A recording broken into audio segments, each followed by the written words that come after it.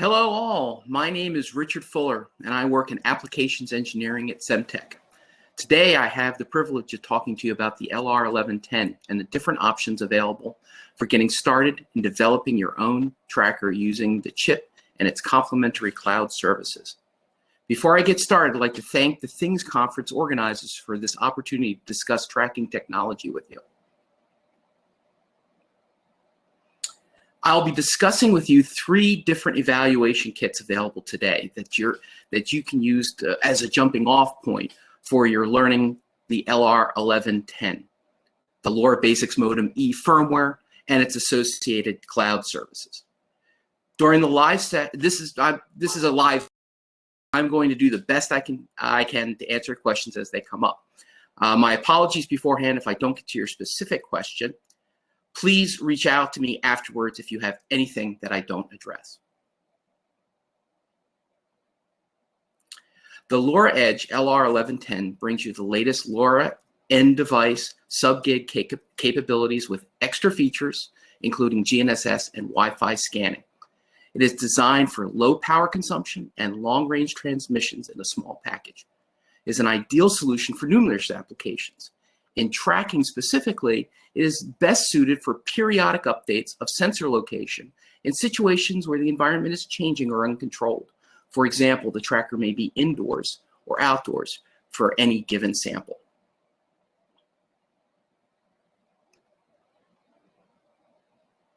The default firmware will be familiar to those who have worked with Semtech's other LoRa chips.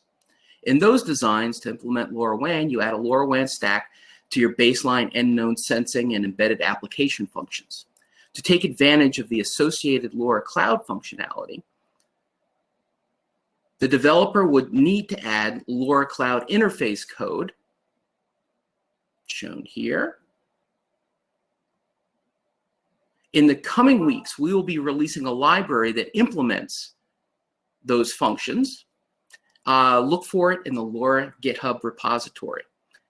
As an alternative to the default transceiver design, there is a new Modem-E firmware release.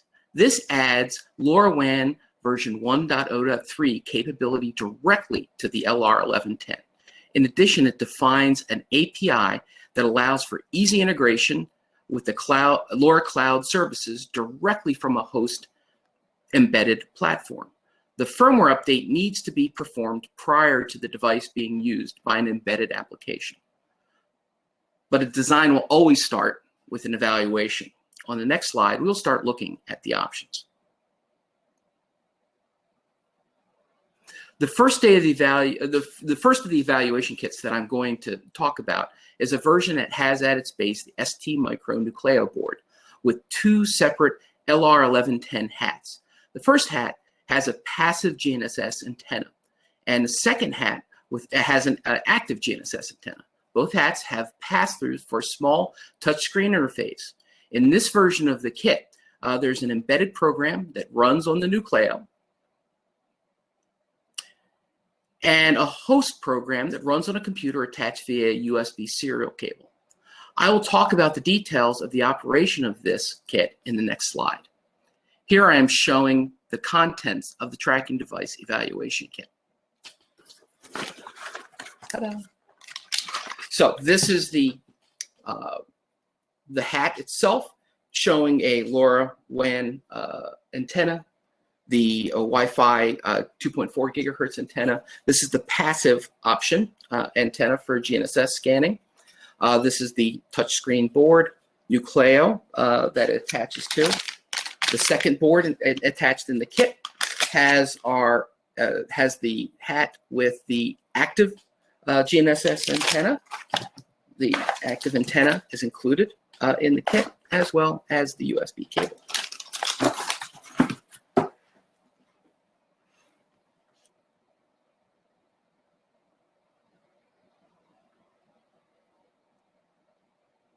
The main goal of this kit is to enable testing of the various scan modes of GNSS and Wi-Fi.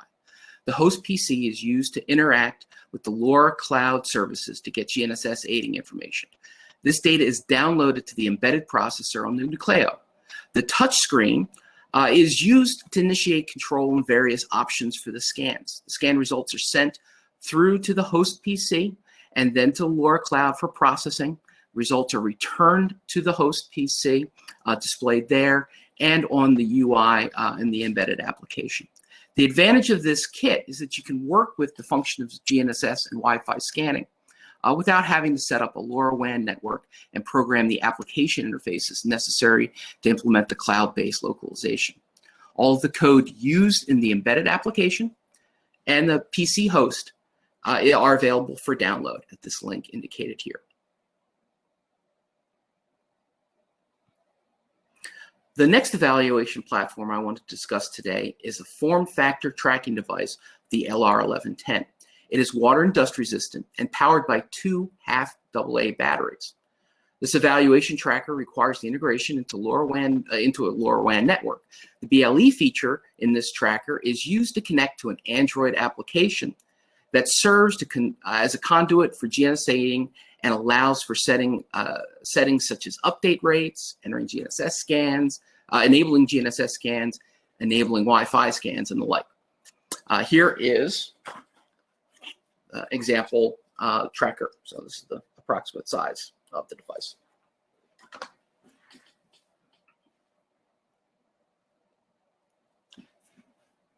Besides the LR1110 chip, it includes 2 different GNSS antennas, which are software selectable. A combined 2.4 gigahertz Wi-Fi and BLE antenna on the main board, a LoRa antenna built into the board, an accelerometer, a Hall effect sensor used as a magnet switch, and an ST Micro MCU with BLE. The tracker reference design is available for download at the link here. There are examples on how to integrate the tracker with different networks.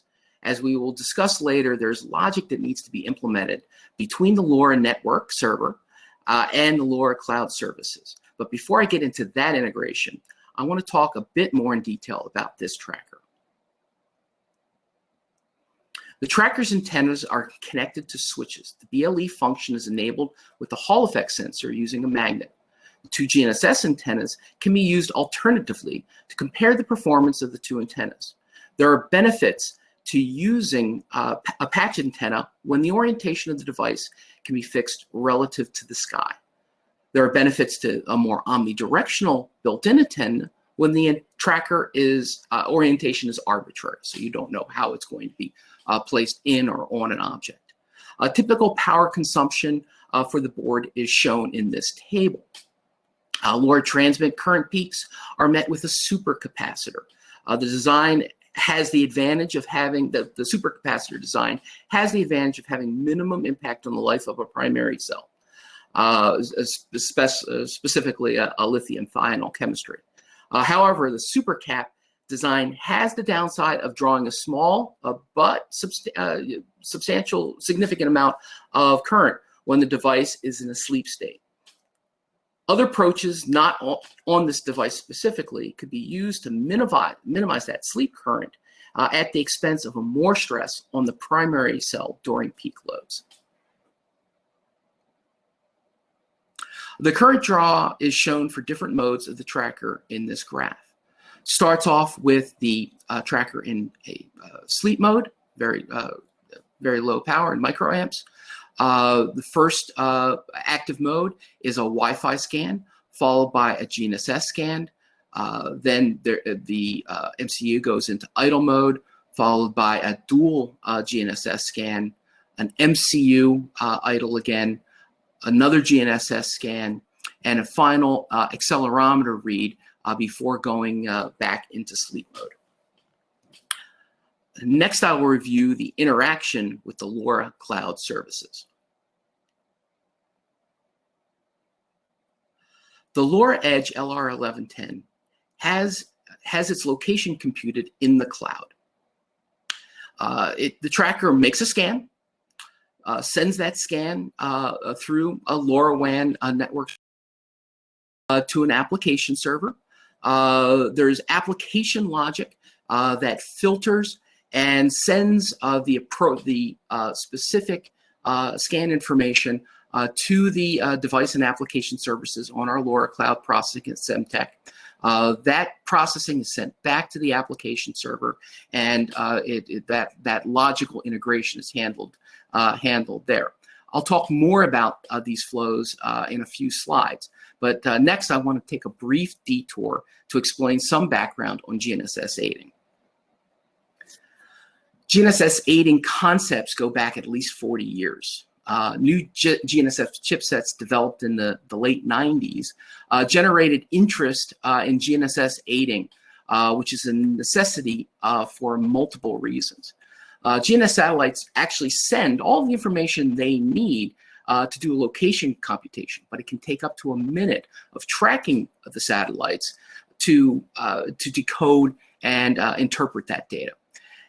As advanced chipsets increase their tracking sensitivity, the lowest signal levels that could be tracked did not allow for actually decoding of that navigation data. By providing aiding, you enable the tracker to simply collect the signal measurements themselves without having to worry about downloading that data, whether it can or not. It saves power in tracking time. During development of aiding standards, there are two main options that were created. One was mobile-based, which wanted to become the predominant solution for mobile devices like cell phones. That's where the mobile device actually computes the location on the device. The LoRa Edge uses a mobile aided, also known as network-based computation, which makes the location computation on the cloud or off of the device.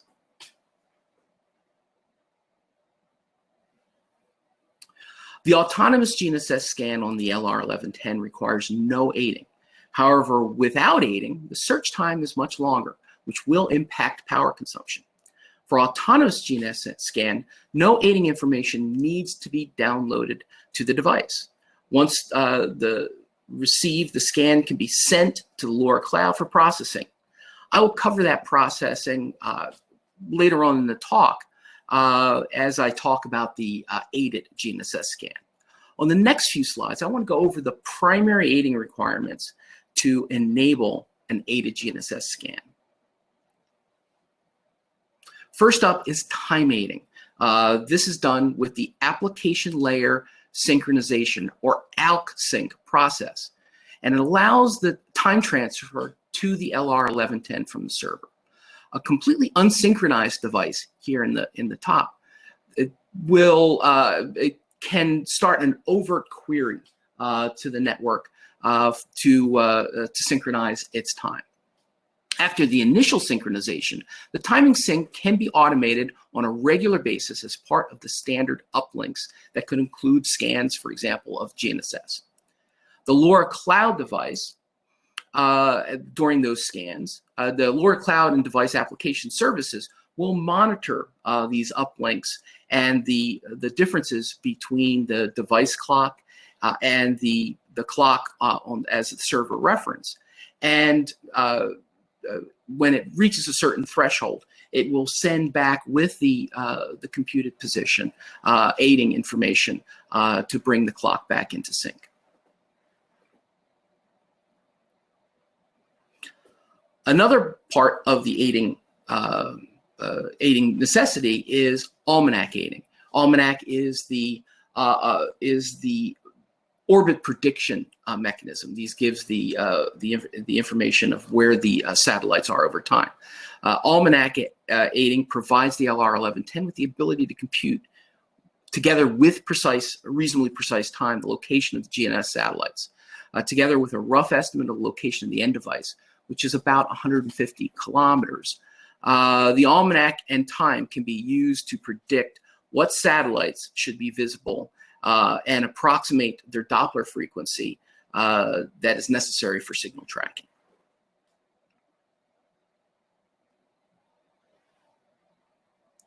Once aiding is available, an assisted GNSS scan can be executed. The result of a successful GNSS scan are measurements for each of the satellites tracked. So this first part of the diagram is just showing all the requirements. And actually here, the scan is relatively straightforward. You make a call to the device, and when it's done, you get back the results.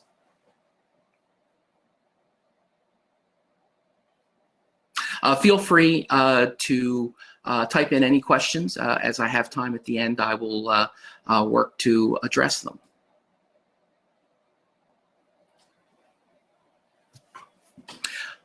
The GNSS scan is sent to the LoRa Cloud and Device Application Services. There it is processed. So the data is sent up, and it uses a streaming protocol called ROSE. The streaming protocol increases the reliability and lowers the impact of message loss through the LoRaWAN network. Any missed messages can be recovered from later uplinks. It also handles long packets, breaking them up into multiple uplinks based on data rate. So what will happen is the data will, you'll stream a scan up. It'll stream various packets. Once the stream is completed, you will get the scan message back in what is known as a TLV format. That scan message will then be sent back to the device and application services process to determine the location from that scan. And that scan and any aiding information is returned from the device and application services. If any additional aiding is needed, then that will be returned, and then that should be propagated back down to the device. An autonomous GNSS scan, as in autonomous GNSS scan, Wi-Fi scans require no aiding. There are options to scan all or limited set of channels, choose a timeout, or limit the number of returned results. So again, very simple call to the modem, and once the scan is complete, you'll recover that scan information from the chip set through the API. Like the GNSS scan results, the output is sent to the device and application services using the ROSE protocol. Once the scan information is recovered by the application server, it will be sent back to the device and application servers for location computation. So again, streaming packets come up. When the streaming packets form a full scan, that full scan is returned to the application processor. The application server will then send that scan information back into the device and application services, and that returned location will come from for the Wi-Fi based location. There is no aiding information that comes from that Wi-Fi location, so no aiding information needs to be returned back to the device. As a third and final evaluation kit example, we have a fully integrated system deployed with our partners Actility and Tago.io. Two reference trackers discussed in the previous section are paired with a gateway that is pre-configured for the Actility network. Step-by-step instructions are provided to bring your tracking device online, displaying location data on the Tago web interface. Actility provides the LoRaWAN network services and interfaces to the LoRa Cloud device join service. And Tago takes information passed through the Actility application server interface to process the scan information, work with the LoRa Cloud device and application services, and provide that process location information to the end user through the web interface. Here I have a live kit with the connected gateway to the Actility network, along with the two tracking devices.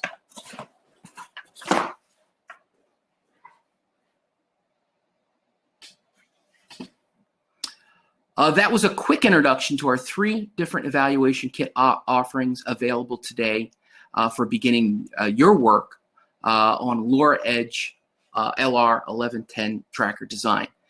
Thank you for your kind attention. I will now use any remaining time to answer your questions.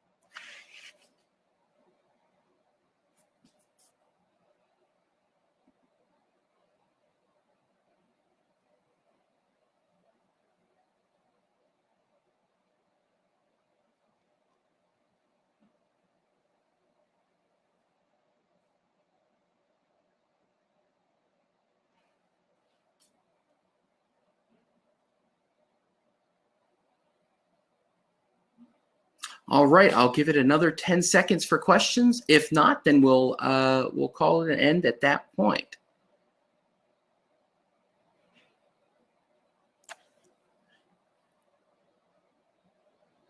I will be attending the booth just following this this presentation. So if there's any interest in further discussing this, I'll be at the Semtech Expo Center.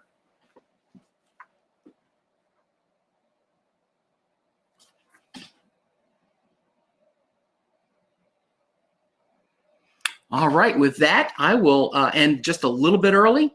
Thank you very much again for your attention, and thanks to the Things Conference for this opportunity.